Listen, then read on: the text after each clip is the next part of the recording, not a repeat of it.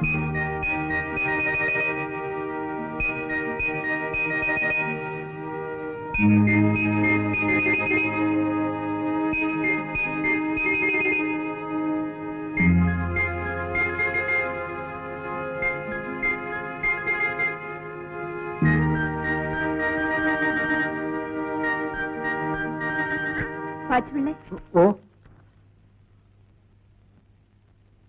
എന്താ കൊച്ചുമേ, എന്തെങ്കിലും ആവശ്യമുണ്ടോ?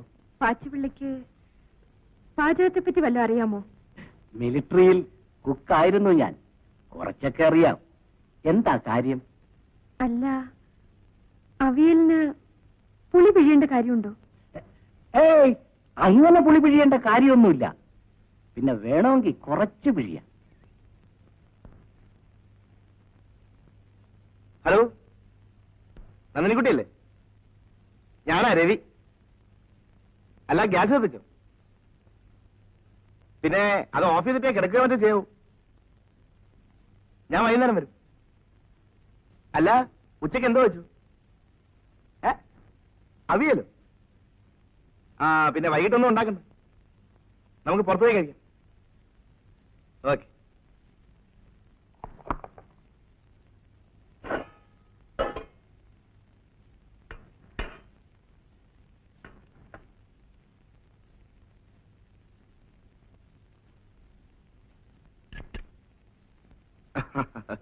ഇരിക്കും. കല്യാണം കഴിഞ്ഞിട്ടും ഹോട്ടലിലെ ശാപ്പാട് കഴിക്കുന്നത് ഭാര്യയ്ക്ക് മോശമല്ലേ? രവി സാറേ, ഒരു കാര്യം ചോദിച്ചാ പറയാമോ? പിന്നെന്താ? എങ്ങനുണ്ട്? തരക്കെടില്ല, ലേശ എണ്ണ കൂടിപ്പോയതുപോലെ. അതല്ല സാർ, ആദ്യ രാത്രി എങ്ങനെ ഉണ്ടായിരുന്നു? താൻ വെറും ഒരു കൊച്ചു പയ്യനല്ലേ മാത്യൂസേ, തന്നോട് ഇതൊക്കെ പറഞ്ഞു തരുന്നത് എങ്ങനെ?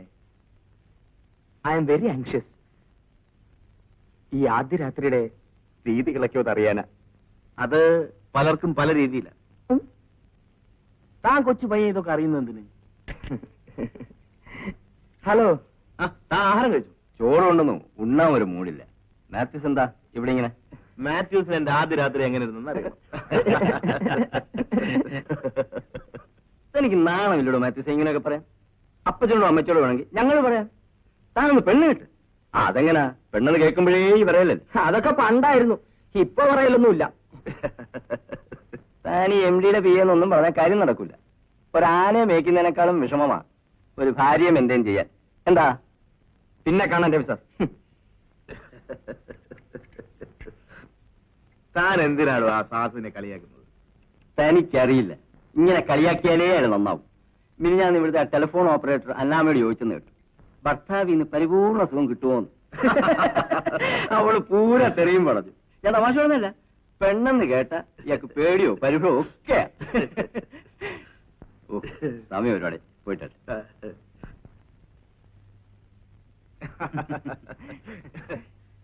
മിസ്സിസ് രവീന്ദ്രനാഥക്കുറുപ്പ്. നന്ദിനിക്കുട്ടി, ഞാൻ എപ്പോഴും പറയാറില്ലേ, ജയൻ എന്ന പിടികിട്ടാ പുള്ളി. ഹലോ, നമസ്തേ. അതിന്റെ ഭാര്യയാണ്. കൊടുകൈ തന്നെ സമ്മതിച്ചിരിക്കുന്നു. എവിടെ നാടോ ഇത്ര ഐശ്വര്യമുള്ള ഒരു പെങ്കൊച്ചിനെ കെട്ടിക്കൊണ്ടത്? മുതുകുളത്തുനിന്ന്. ഞാൻ ആലോചിക്കാം, ലോകത്ത് പലരും പെണ്ണ് കെട്ടിയിട്ടുണ്ട്, ഞാനും കെട്ടി. ഒരു പെണ്ണെന്ന് പറയണ്ട, ഒരു സത്വം എന്ന് പറയുന്നതാ ശരി. ഞാൻ അവളുടെ സൗന്ദര്യം നോക്കിയിട്ടൊന്നല്ല കെട്ടിയത്. അവളുടെ അച്ഛൻ ചിട്ടി എടുത്തൊരു 3.5 ലക്ഷം രൂപ ഉണ്ടാക്കി വെച്ചിട്ടുണ്ട്. അതിന് അവകാശികൾ വല്ലവരും വേണമല്ലോ എന്ന് കരുതിയിട്ട. മിസ്സിസ് സിയുടെ ദൂരെ ഏതോ സ്ഥലത്ത് പോയി എന്ന് പറഞ്ഞിട്ട് പോയിട്ട് വന്നു. അവൾ മാത്രമല്ല, നമ്മുടെ ദത്തന്റെ ഭാര്യ അടക്കം 6 പേർ. മൈസൂരിലെങ്ങാണ്ട് ഒരു സ്വാമി ഉണ്ട് പോലും.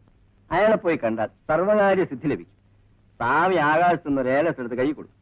ഏലത്തിന് ശക്തിയുണ്ടോ ഇല്ലയോ, അവൾ ഏലസും കൊണ്ട് വീട്ടിൽ കയറി വന്ന ദിവസം നമ്മുടെ ഇരുമ്പോലിരുന്ന പട്ടി ക്ലീൻ. എനിക്ക് വയറ്റിളക്കും.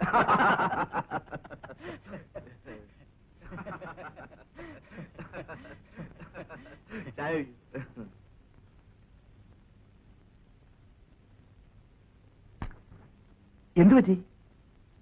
ചായ. നന്ദിനിക്കുട്ടി, ചായക്കെട്ട് പഞ്ചസാര എവിടെ നടത്തത്? ബ്ലാക്ക് സർട്ടിനിൽ നിന്ന്. അയ്യോ സോറി ജയൻ, അത് ഉപ്പായിരുന്നു.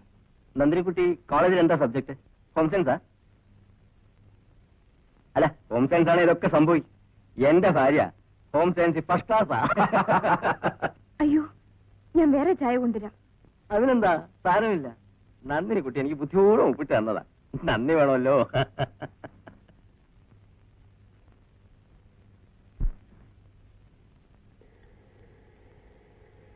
സന്തോഷകരമായ ഒരു കുടുംബ ജീവിതത്തിന് ഒരു ഭാര്യയ്ക്കുള്ള പങ്ക് നിസ്സാരമല്ല. ഭർത്താവുമായുള്ള പരസ്പര ധാരണയാണ് അതിൽ മുഖ്യം.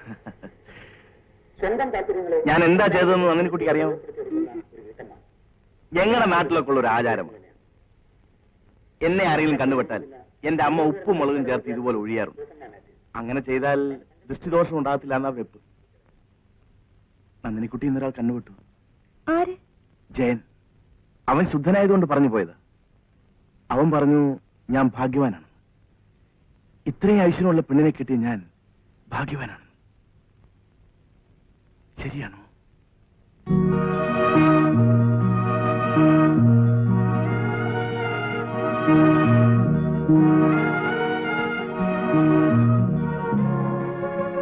പറയൂ, ഞാൻ ഭാഗ്യവാനാണോ? പറയൂ നന്ദിനിക്കുട്ടി.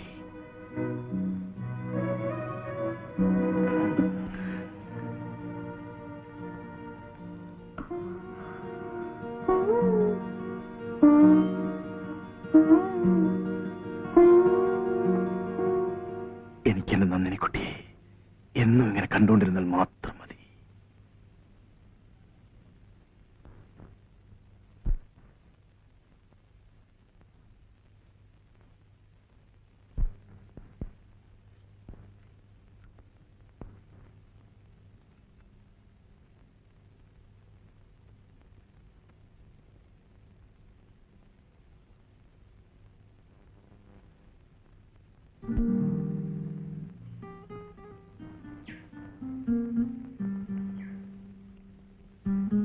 നന്ദിനിക്കുട്ടി രാവിലെ പെരപ്പുറത്ത് കയറിയിരിക്കുകയാണ്. ഇതാ ചായ.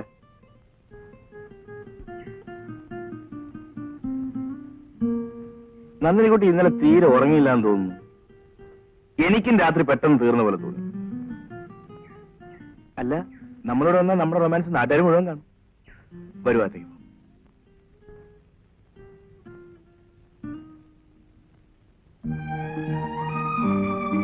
ഇന്ന് ഞാൻ ഏത് ഷർട്ട് ഇടണം? പറഞ്ഞോ. നന്ദിനിക്കുട്ടി പറയുന്ന ഷർട്ടേ ഞാൻ ഇടത്തുള്ളൂ. ഈ ഷർട്ട് മതി. ഓക്കെ, അവിടെ നിന്നാ പോരാ, ഷർട്ടും കൊണ്ടുവരൂ.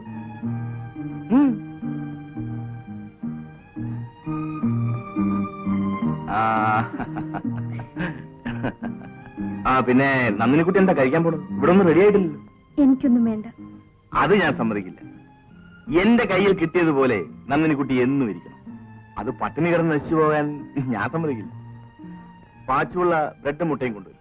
ഓംലെറ്റ് ഉണ്ടായി കഴിച്ചോളൂ. ഉച്ചയ്ക്കുള്ള ഊണ് ബോയ് വരുമ്പോ കൊടുത്തയച്ചാൽ മതി. പിന്നെ ഗ്യാസ് ഞാൻ പറയണ്ടല്ലോ. ഞാൻ വരട്ടെ.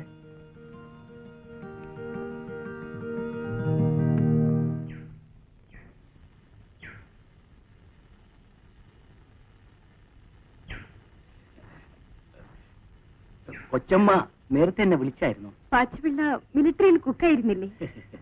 എളുപ്പം ഉണ്ടാക്കാവുന്ന 2 കറികളുടെ പേര് പറയാമോ? അങ്ങനെ ചോദിച്ചാൽ ഈ ഉപ്പും മുളകും കൂടെ ഞെവിടിയാൽ ഒരു കറിയായി. അത് കറിയല്ലല്ലോ.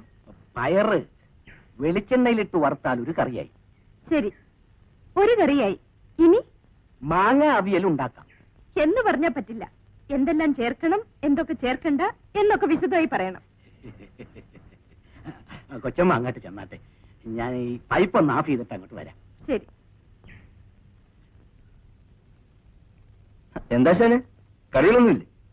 നമുക്ക് വേണേ ഷെയർ ചെയ്യാം. വേണ്ട വേണ്ട, ഇന്നലെ രാത്രി മുതൽ വയറിന് നല്ല സുഖമില്ല. അതുകൊണ്ട് കറികളൊന്നും ഉണ്ടാക്കണ്ടെന്ന് പറഞ്ഞിരുന്നു. അവളോട് ഞാൻ പലതവണ പറഞ്ഞിട്ടുണ്ട് കറികളിൽ പരീക്ഷണം നടത്തരുത്. ഞാനത് ഉണ്ടാക്കി വെച്ച് നോക്കി.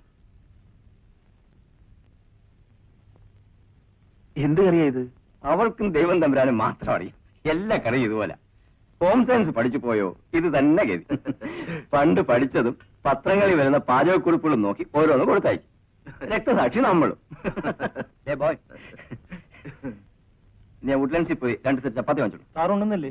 അതൊക്കെ ഇന്നലെ നീ അറിയുന്നു. ഇനി അവിടെ പോയി പറഞ്ഞേക്കരുത് ഞാൻ ഇതൊന്നും കഴിച്ചില്ലെന്ന്. അപ്പൊ സമ്മതിച്ചു കൊടുക്കാതിരിക്കാൻ ഒക്കില്ല. എല്ലാം ഉഗ്രനാണെന്ന് പറയണം. അറിയാതെ വല്ല ദോഷവും പറഞ്ഞു പോയെങ്കിൽ തെണ്ടിയത് തന്നെ. ഇവരിത് എങ്ങനെ ഈശ്വരങ്ങൾ പടച്ചെടുക്കുന്നു? ചുവപ്പ്, പച്ച, മഞ്ഞ, നീല, വയലറ്റ്. ഇതിന്റെ പേരൊന്നും അറിയണമല്ലോ.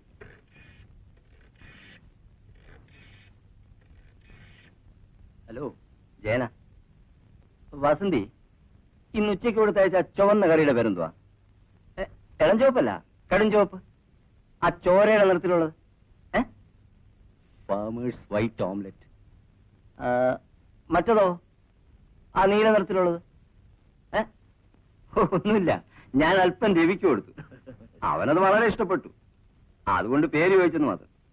ഓഹോ, ഓ, ചുമ്മാതാണോ നമ്മളൊക്കെ ചുറ്റി പോണത്? ഇതിന്റെ പേര് കേട്ടാ മതിയല്ലോ, ചിക്കൻ ജാൽ ഫ്രീസ്.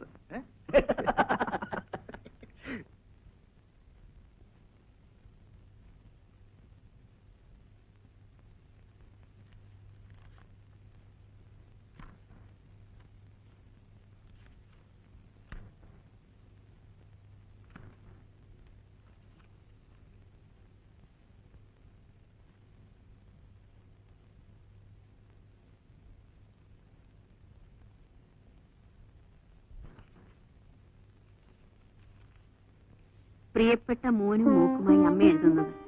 സുഖമായി അവിടെ എത്തിച്ചേർന്ന വിവരത്തിന് രവി അയച്ച കത്ത് കിട്ടി. 1-2 കാര്യങ്ങൾ ഓർമ്മപ്പെടുത്താനാണ് ഞാൻ ഈ കത്തെഴുതുന്നത്. അവിടെ നിന്നെ ഉപദേശിക്കാനോ പറഞ്ഞു തരാനോ ആരുമില്ലല്ലോ. ജീവിതത്തിൽ വലിയ അനുഭവങ്ങളൊന്നും നിനക്കില്ലെന്ന് അമ്മയ്ക്കറിയാം. പലപ്പോഴും നിനക്ക് ആൾക്കാരോട് പെരുമാറാൻ തന്നെ അറിയില്ല. എന്നാൽ ഇനി അതൊക്കെ ശീലിച്ചേ മതിയാവൂ. ഒരു ഭാര്യ എന്ന വാക്കിന് വളരെയധികം ഉത്തരവാദിത്വങ്ങളുണ്ട്. ഭർത്താവിനെ നീ കാണപ്പെട്ട ദൈവമായി കരുതണം. രവിയുടെ മനസ്സിന് വിഷമം തോന്നത്തക്ക രീതിയിൽ ഒന്നും പറയരുത്. നിന്റെ ഉറക്കം കുറയ്ക്കണം. അവിടെയും നീ രാവിലെ 8 മണി വരെ ഉറങ്ങാറുണ്ടോ? നിനക്ക് അടുക്കളപ്പണിയൊന്നും അറിയില്ലെന്ന് അമ്മയ്ക്കറിയാം. രവിക്കതറിയാമോ? കഴിവതും വേഗം അതെല്ലാം മനസ്സിലാക്കാൻ ശ്രമിക്കണം. രവിയോട് അന്വേഷണം പറയണം. ഇവിടെ വേറെ വിശേഷമൊന്നുമില്ല. നിന്റെ തത്തമ്മ പിന്നൊരിക്കൽ ഇവിടെ വന്നിരുന്നു. നിന്റെ പേര് ചൊല്ലി ഒരുപാട് കരഞ്ഞു. അമ്മയ്ക്ക് സുഖം തന്നെ. ആരുടെ കത്ത്? അമ്മയുടെയാ. ചേട്ടൻ എന്താ പൊട്ടിച്ചു വായിക്കുന്നത്? നന്ദിനിക്കുട്ടിയുടെ പേരിൽ വരുന്ന കത്ത് ഞാൻ പൊട്ടിച്ചു വായിക്കുന്നത് ശരിയല്ലല്ലോ എന്ന് കരുതി. എന്താ വിശേഷം? വിശേഷമൊന്നുമില്ല. എന്നെ അന്വേഷിച്ചിട്ടുണ്ടോ? പ്രത്യേകമായി അന്വേഷണം അറിയിക്കാൻ എഴുതിയിട്ടുണ്ട്. സന്തോഷം. അല്ല, എനിക്ക് തരാമെന്ന് പറഞ്ഞ ചായ എവിടെ? അയ്യോ, ഞാനിപ്പോ കൊണ്ടുവരാം.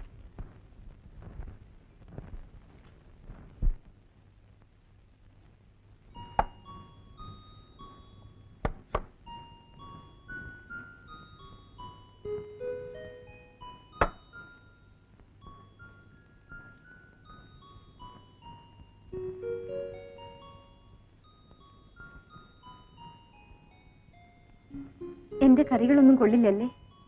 എന്നാര് പറഞ്ഞു? എനിക്കറിയാം. നന്ദിനിക്കുട്ടി വിഷമിക്കണ്ട, അതിനുള്ള പരിഹാരം ഞാൻ കൊണ്ടുവന്നിട്ടുണ്ട്. ദേ, ആ ടീപ്പോയുടെ പുറത്ത് ഞാൻ ഒരു പൊതി കൊണ്ടുവന്ന് വെച്ചിട്ടുണ്ട്. ഒന്നും കൂടെ എടുത്തേ.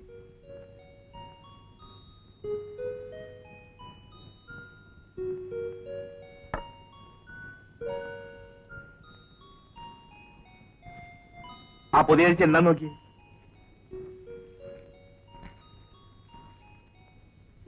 ആ പേരൊന്ന് വായിച്ചേ.